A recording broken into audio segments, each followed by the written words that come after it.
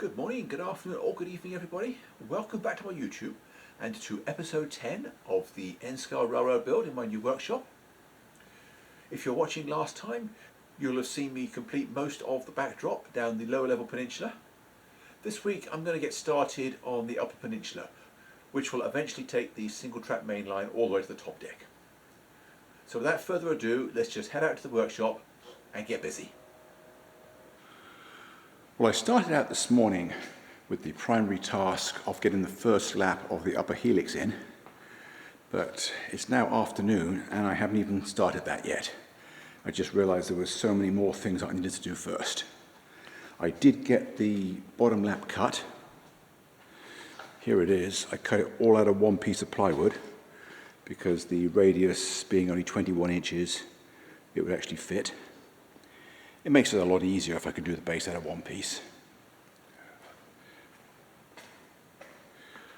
But I had all this framing in this area to do, and I had to put that top on because it goes over that, rests on it. Had to put a leg in there because it rests on that piece as well. And finish the framing for the Winslow backdrop. And I now have a strip clamped in place and marked off so I can flatten that out and know how long it has to be. Once I've installed that piece of backdrop, I can then work out where the helix goes. So let me do that and I will be right back. Don't go away. Well, I've finished the sub-road bed for the upper canyon scene, and I have the first lap of the helix placed approximately in the right place. Well, it's in the right place laterally, but I have still got to get the grade right. The grade is exactly right as far as here. After that, it's just balanced in place. I had to notch the frame for the Winslow scene backdrop because I was about a 1/4 inch out on my estimation of the elevation. But that's not difficult with one of these oscillating multi-tools. Without that, it would be just about impossible. But that makes it easy. Anyway, I think I'm going to go in now. It's 5:30, and I'm not quite sure how to support this. I'm thinking of building a frame. Probably the top of the frame needs to be at the same height as the top of this, so that just where I enter the helix, I'm low down on it. I'll gradually put in taller and taller blocks until I get round to here. This part where it passes over the Winslow scene is going to have to be suspended from the upper deck. But for the time being, I'm just going to have to put a temporary leg in so it doesn't sag, because obviously I have to build the helix before I can frame the upper deck, before I can provide the sky hooks for it. So I'm going to go in now. I'll check in with you tomorrow. Don't go away. Well, it is now Thursday morning. I didn't come out here at all yesterday. I decided to take a day off. I think it's the first day that I haven't done any work at all in as long as I can remember. But I had a good time. I had some friends over. Watched the extended version of Lord of the Rings. Anyway, this morning I have got the first lap of the upper helix graded correctly. It's been a lot of trial and error. Those first 3 supports are done as normal risers, and then the blocks on the side keep it at the right height because it has to be removable for transportation. You can see I've drawn around the bases with blue ink so the client can see where they go. And you'll just make sure that those side blocks are firmly against the joists. These posts around here had to be trimmed to exactly the right length, so there's a lot of trial and error there. Most of them took me 2 or 3 trips to the miter saw. And you'll notice the spacing is not quite even. That allowed me the final minor adjustments. And also I'm making sure that I avoid where the low-level tracks have to go. This post in front here is temporary. That will come out once this part of the upper deck is framed and I can hang the helix from it. And this post also has to come out eventually because it's in front of the backdrop for the Winslow shadow box scene.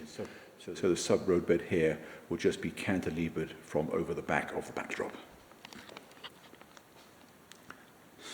As you can see, I have put the first lap of foam rubber roadbed in. I'm going to install a few yards of track, and then I can start cutting roadbed for the second lap. So don't go away, I'll check in with you later. Well, that is 3 yards of flex track laid around the outside. If you remember, on the lower helix I was doing 4 laps, I was doing 4 pieces per lap. That's because it was a slightly larger radius. This one's only about 3.5 yards per lap. And I end up with a 2-inch block between levels. It's still enough for a double stack, but with somewhat less finger room. The client and I figured this would be acceptable on a single track helix, where the sub roadbed is not as wide, so you don't have to reach in as far. The alternative would have been to end up with a very narrow section of benchwork here. And it would also pinch the radius around the end of the aisle somewhat. Anyway, I'm going to go in now, get some lunch, let that glue set up, and I'll come back out and continue afterwards when I'll get the feeders in and the second lap of sub roadbed in place. So don't go away, I'll check in with you later. Well, that is the overlap and the next 3/4 of a lap put on, or the sub roadbed anyway. I've just glued it, put clamps on every riser, and I'm just going to leave that till tomorrow and let that glue go hard. There is the double stack, proving that there is plenty of clearance, even though we only have a 2-inch gap. The double stack on top of the track and roadbed requires about 1 3/4. So not enough to get fingers over the top of the containers, although you can still get them between them. And most of the cars are short enough anyway. There's a few other things I want to get done today, although not part of the helix. So I'm just going to continue on with that, and I'll see you tomorrow. Don't go away. Well, I came back out here again last night, did another 3/4 of a lap of the helix. This morning I'm going to get the roadbed and track laid around the new sub roadbed, and then I'm going to get bus wires in, get it wired up and tested, and then I will continue with the woodwork. So let me just get to work and I'll check in with you later. Don't go away. Well, I've just put 3 more yards of track on, and I'm just making this clip here, show how convenient it is having the wire rolls on French cleats close to where I'm working, because I just leave them on the wall and stretch the wires across the railroad, run them through, and then I can cut them off the length as soon as I know and wind the last few feet back up. I think that's a lot easier than how I was doing it before.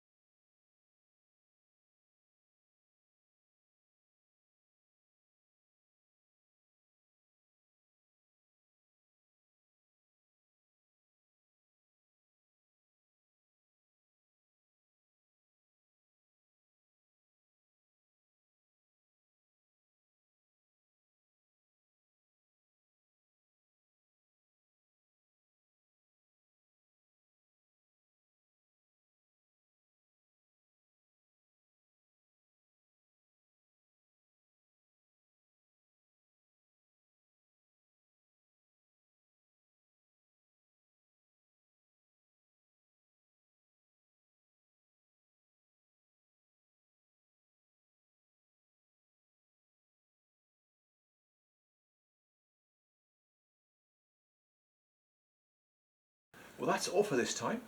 Hope you enjoyed the show. I hope you found it useful. I hope to see you back next week, when I will continue where I left off and extend this helix. So in the meantime, thanks for watching and bye for now.